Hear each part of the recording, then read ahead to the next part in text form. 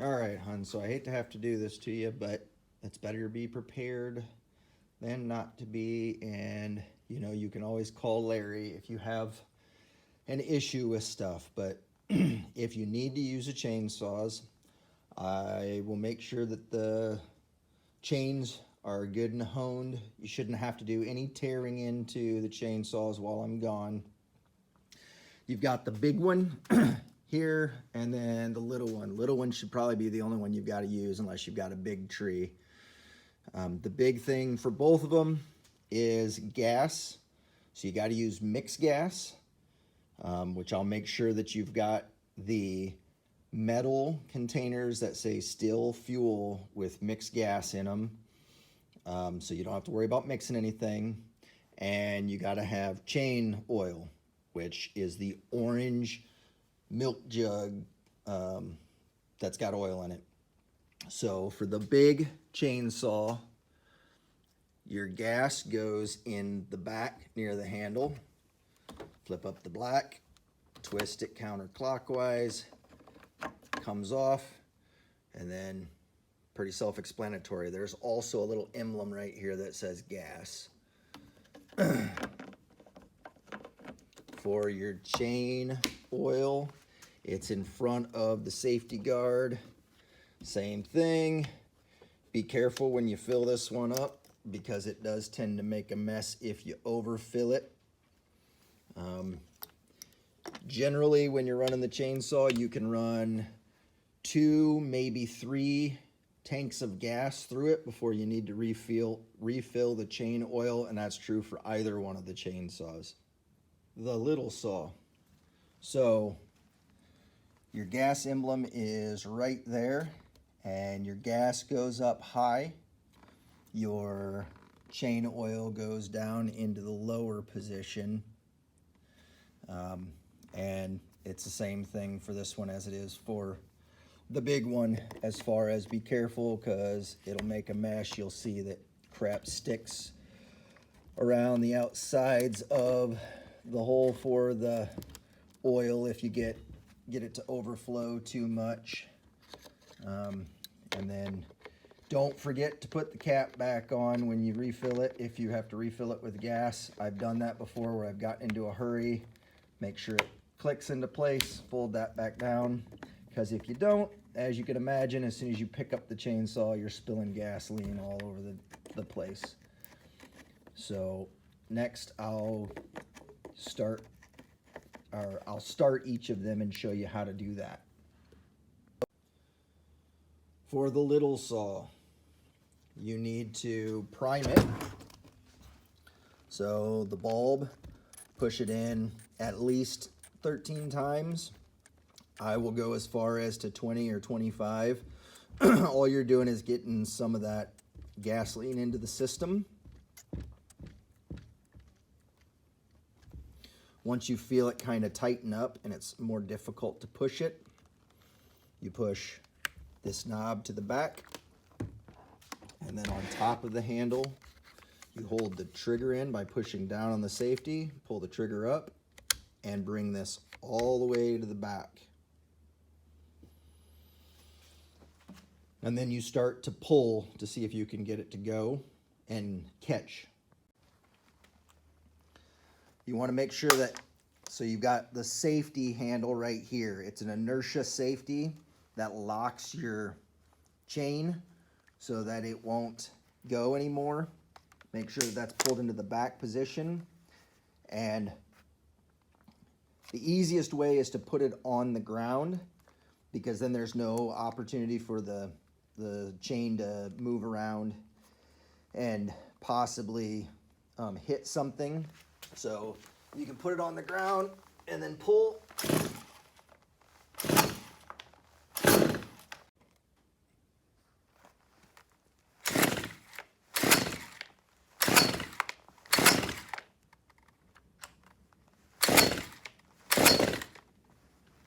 And you hear how it had that little bit of a kick over.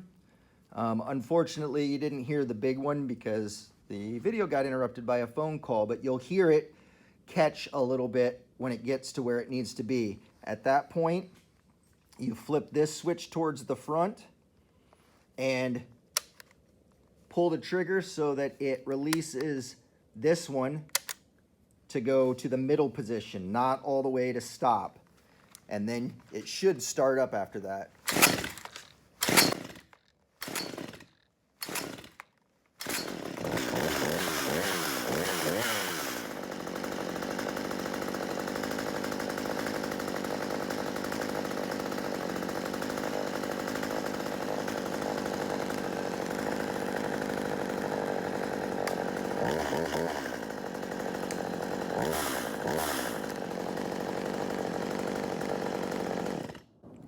And pushing this button forward makes it stop. This one's a little bit finicky. Once it gets started, if you have to stop it before it's warmed up, sometimes it'll have a hell of a time restarting. So once you get it started, I would recommend that you cut for a little while and make sure that it's good and warmed up. And then to restart it, you just do that last, put it into the center position, not all the way back, and make sure that that's forward. As long as it's warm, it should start back up again. It's got a new pull cord, so that shouldn't break on you. That one should be good. So we'll move on to the big saw now. All right, so for the big saw, it's a much simpler process because there is no bulb for you to prime it with. However, it is a bigger saw, so it's gonna be possibly a little bit more difficult to handle. Obviously, bigger branches, bigger full-size trees is what you'd use this one for. For this one, you have a pressure release valve that has to be pushed in. Make sure that your safety is towards the back again. And back here, you pull the safety down, pull the trigger up, push this all the way down.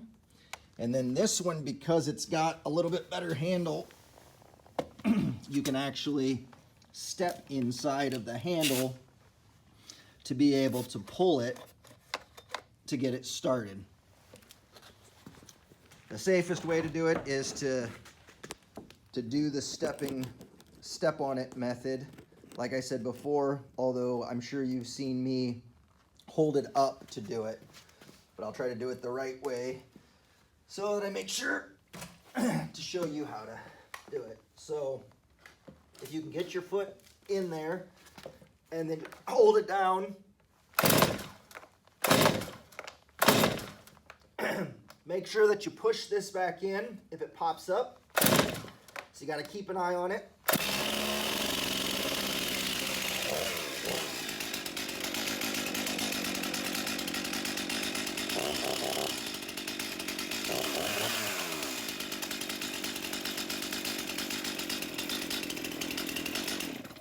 So when you get it started, as soon as you pull the trigger, this will go up to where the eye is at, and that's where it's in the run position. This is all electronic inside, so it will adjust its carburetor and everything. You don't have to do anything with it.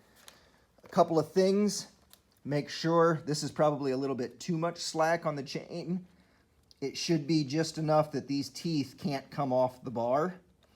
I'll make sure that that's adjusted before I leave, but if it does get loose, I'll make sure that there's a tool. You just open these up, just back them off enough to make them loose, and then put the screwdriver tip inside of here on the tool so that you can tighten the chain or loosen the chain as needed. There's a plus for tightening and a minus going backwards on the arrow for loosening.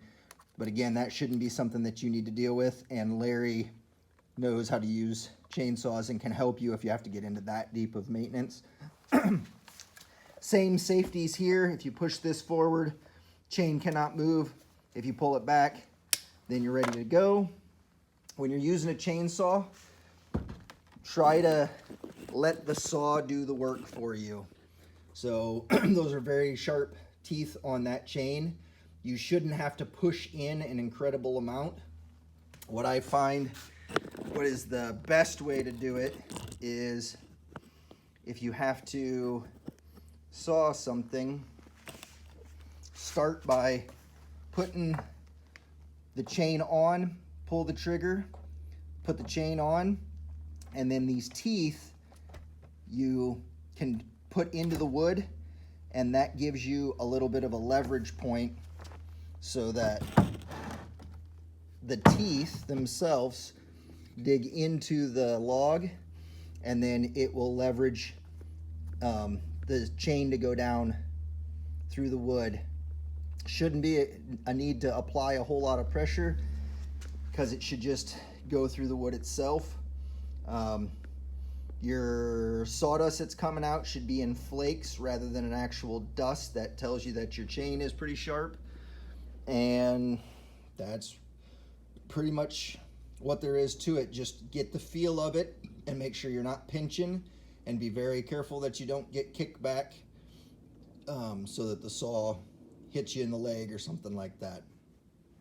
Hopefully you don't have to use any of this information, but this video is there in case you need it. Love you.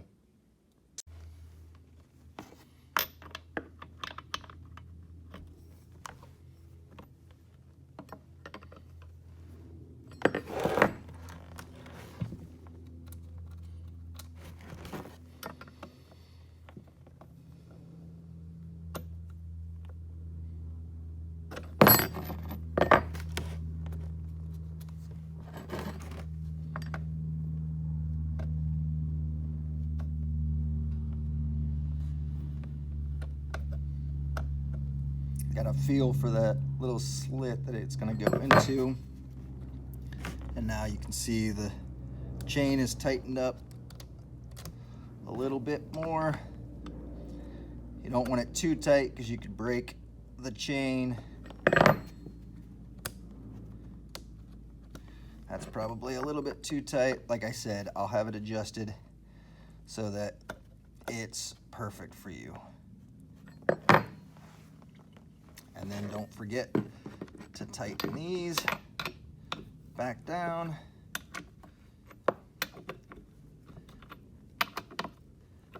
And test to make sure that